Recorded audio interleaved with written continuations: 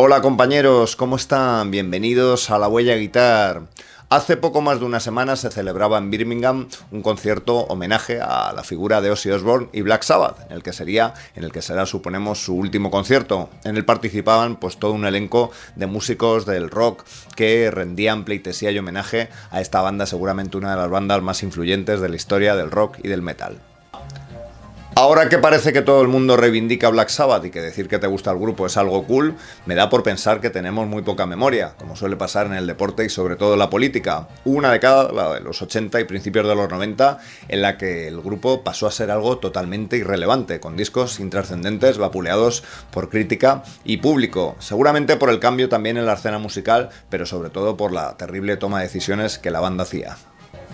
En este vídeo vamos a repasar con bastante humor la época más oscura de Black Sabbath, una época en la década de los 80 que empezó con discos míticos, los de Dio, pero que acabó de manera calamitosa con el nombre del grupo arrastrado prácticamente por el suelo. Hablaremos de cambios continuos de cantantes, de músicos a los que había que atar prácticamente a los pies de la cama, de manera literal, para que no salieran a drogarse, escándalos financieros, portadas y decorados desastrosos que ni siquiera entraban en el escenario, y un sinfín de anécdotas que cuentan, por ejemplo, cómo Black Sabbath acabó tocando en pequeñas tabernas o incluso compartiendo escenario con el Papa de Roma. Vamos a verlo.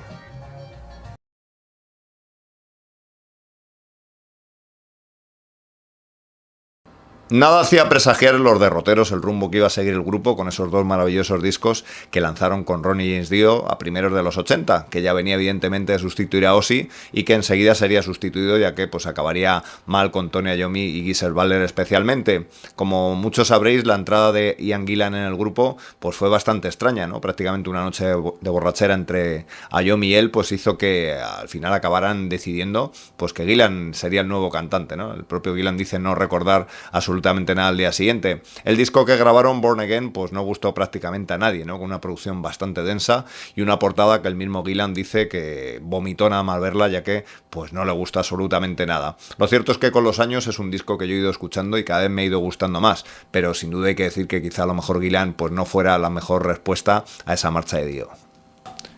Si el disco dio mucho que hablar, la gira posterior con Gillan pues daría para que hiciéramos 4 o 5 vídeos, ¿no? Desde ese decorado que mandaron encargar a imitación de Stonehenge, que por sus grandes medidas no entraba en la mayoría de salas en las que querían tocar, a ese enano que el manager tuvo la idea de poner un poco imitando al bebé de la portada, ¿no? Un enano que subía, digamos, encima de los amplificadores al principio del concierto, decía unas palabras, unos gemidos y se tiraba para atrás, se desplomaba desapareciendo con una colchoneta que le esperaba hasta que un día pues se olvidaron de poner la colchoneta. Parece ser que Iommi dijo que al enano le tuvieron que echar ya que los técnicos les gastaban tantas bromas que pensaban que un día el enano iba a aparecer muerto.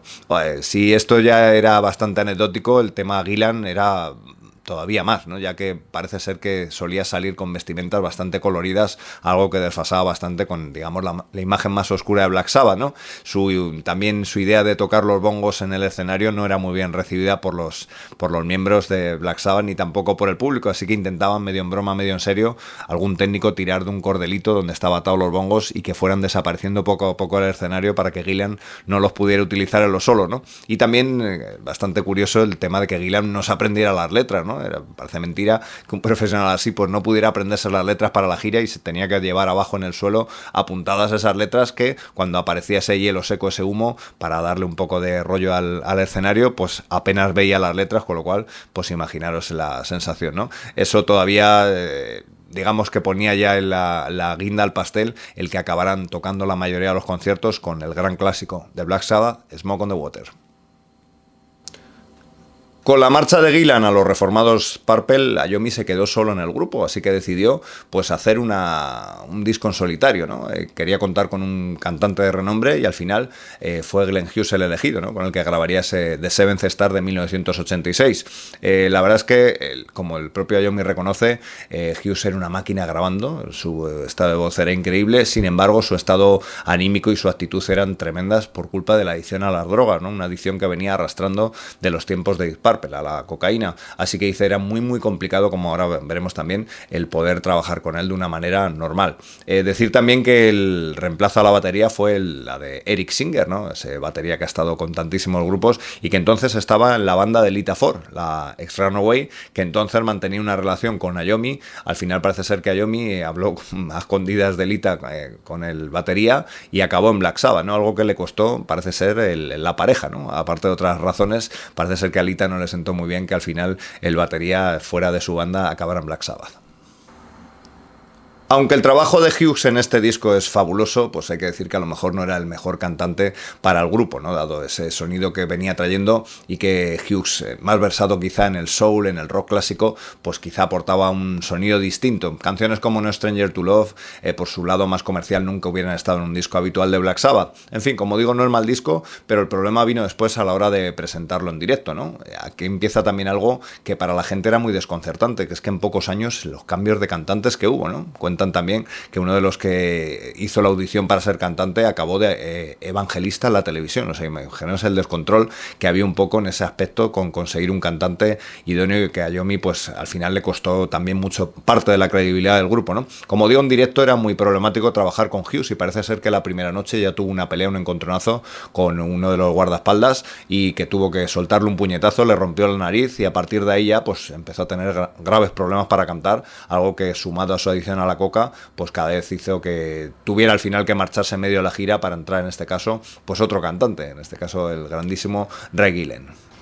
Si Iommi ya había pasado un calvario en la última etapa con Ozzy, por evidentemente los desvaríos que este tenía y por su adicción a las drogas, pues no lo estaba siendo menos con Glenn Hughes, al que evidentemente tuvo que echar, ¿no? Cuentan que incluso el guardaespaldas tenía que atarle un dedo del pie al pomo para saber si se movía o salía de la habitación y se quería ir de marcha, ¿no? Para así poder tenerle controlado. O sea, que imaginaros, pues al final fue inevitable, y el problema es que Ray Gillen pues no era un cantante conocido, así que el cartel pues no era exactamente lo mismo, ¿no? Ir a ver a Iommi, a su Black Sabbath, con un cantante como Glenn Hughes, como con Ray Gillen, que por otro lado lo hacía según Iommi de manera estupenda, pero que aquello hizo pues que digamos la venta de entradas bajara, como así lo fue el disco, ¿no? Que fue cayendo en picado y no tuvo gran éxito, seguramente por ese descontrol que había en quién cantaba en Black Sabbath. Con la entrada de Ray Gillen en el grupo, pues las cosas no fueron a mejor, y en su siguiente grabación de Eternal Idol, con la entrada de Ray Gillen en el grupo, las cosas no irían mejor. La grabación de su siguiente álbum, de Eternal Idol, fue pues toda una odisea, ¿no? Parece ser que en principio Iommi tuvo que dar $50,000, $60,000 para ayudar a que Don Arden, su manager, no acabara yendo a la cárcel, con lo cual fijaros el agujero financiero que tenía para empezar a grabar el disco. Parece ser que las cosas con su nuevo manager tampoco funcionaba y que el dinero se estaba yendo y a los músicos del grupo no les llegaban los cheques, con lo cual al final acabaron dejando a Iommi solo. Eso quiere decir que empezaron grabando el disco unos y lo acabaron grabando otros. En el caso del cantante, Ray Gillen también se marcharía y entraría un desconocido entonces, Tony Martin, que prácticamente lo que haría sería seguir las líneas que habían quedado en las demos grabadas por el anterior vocalista. Es decir, es un gran vocalista, pero como él mismo decía, pues ni entonces había un gran presupuesto para grabar y tampoco tuvo mucha mano en poner mucho de su arte, ya que lo que hacía era intentar doblar esas líneas, intentar hacerlas lo más parecido posible, ¿no? El propio Iommi dice que Tony Martin hizo un grandísimo trabajo, pero el disco no funcionó tampoco, ¿no? Quizá recobra un poco esos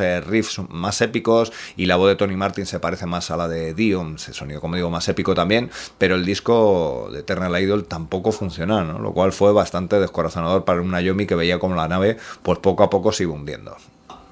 La gira con Tony Martin pues también guarda sus buenas anécdotas, ¿no? Desde tocar en sitios grandiosos a sitios que desde luego no eran los indicados para Black Sabbath, ¿no?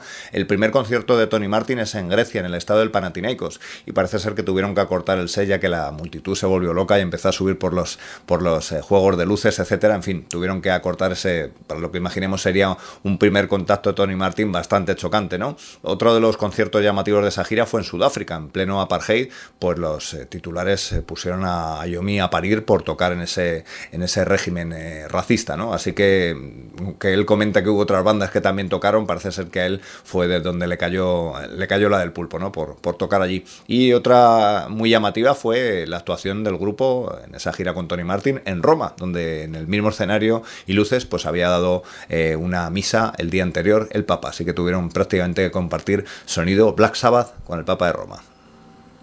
Y es que todos estos problemas, todos estos cambios de formación, el fracaso de alguno de sus discos, pues fue haciendo que poco a poco el nombre Black Sabbath fuera cayendo más y más. Recuerdo una anécdota a Yomi tocando, por ejemplo, para un concierto benéfico en una pequeña taberna, en una pequeña sala, donde dijo que por favor no se anunciara que era Black Sabbath, ya que solo quería colaborar con la historia, y cuando llegaron a tocar, pues se ponía en letras grandes que los que tocaban era Black Sabbath, ¿no? Imaginaos a la audiencia, alguien que ve pues la banda tocando en estos pequeños garitos después de lo que habían sido también.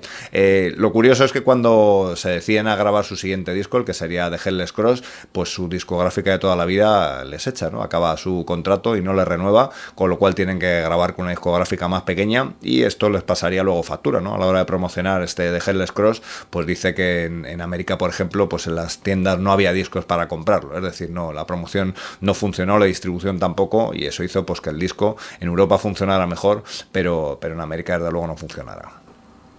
Aún así nos encontramos con un mejor disco, ¿no? Con un Tony Martin ya sentado, tendremos ya en la batería al gran Cozy Powell, y hace algún cameo un amigo íntimo de Tony Iommi como es Brian May de Queen. El disco es un disco mejor, encontramos mejores canciones, y aunque por desgracia no funcionara bien, pues por todo eso que hemos venido viendo, ¿no? Ese nombre Black Sabbath ha ido cayendo cada vez con más descrédito y muy vapuleado ya por muchos. Como decíamos al principio, no era nada cool decir que te gustaba Black Sabbath. Tuvieron que pasar unos cuantos años, ¿no? Ya en los 90 para que bandas como Soundgarden, Alice in Chains, Rage Against the Machine empezaran otra vez a reivindicar el trabajo de Black Sabbath, y que la gente joven pues se empezara también a interesar por esa banda que lo había empezado todo y que por desgracia en esos años 80 pues fue perdiendo pues toda esa esencia que había traído al principio. Pues hasta aquí este vídeo, amigos, donde repasábamos esta época desde luego tan oscura e incierta para el nombre Black Sabbath, ¿no? Un nombre que poco a poco pues fue cayendo en picado en credibilidad, y que por desgracia pues nos hizo olvidar que también estaban grabando grandísimos discos y dando grandísimos conciertos. Evidentemente el cambio en la música, en el estilo de entonces, el panorama musical, y por supuesto esas terribles decisiones muchas veces y ese cambio continuo de cantantes pues hizo que esta banda durante algún tiempo pues no fuera nada cool ser fan de ellos, algo que desde luego ha ido cambiando gracias a Dios, y se ha ido reconociendo pues su valía y su influencia evidentemente en el mundo del rock y del metal. Mándanos un comentario, cuéntanos tu opinión sobre estos discos de aquella época digamos más oscura, y vamos preparando poco a poco un especial con los mejores riffs de guitarra de la época Tony Martin. Nos vemos en el siguiente, gracias.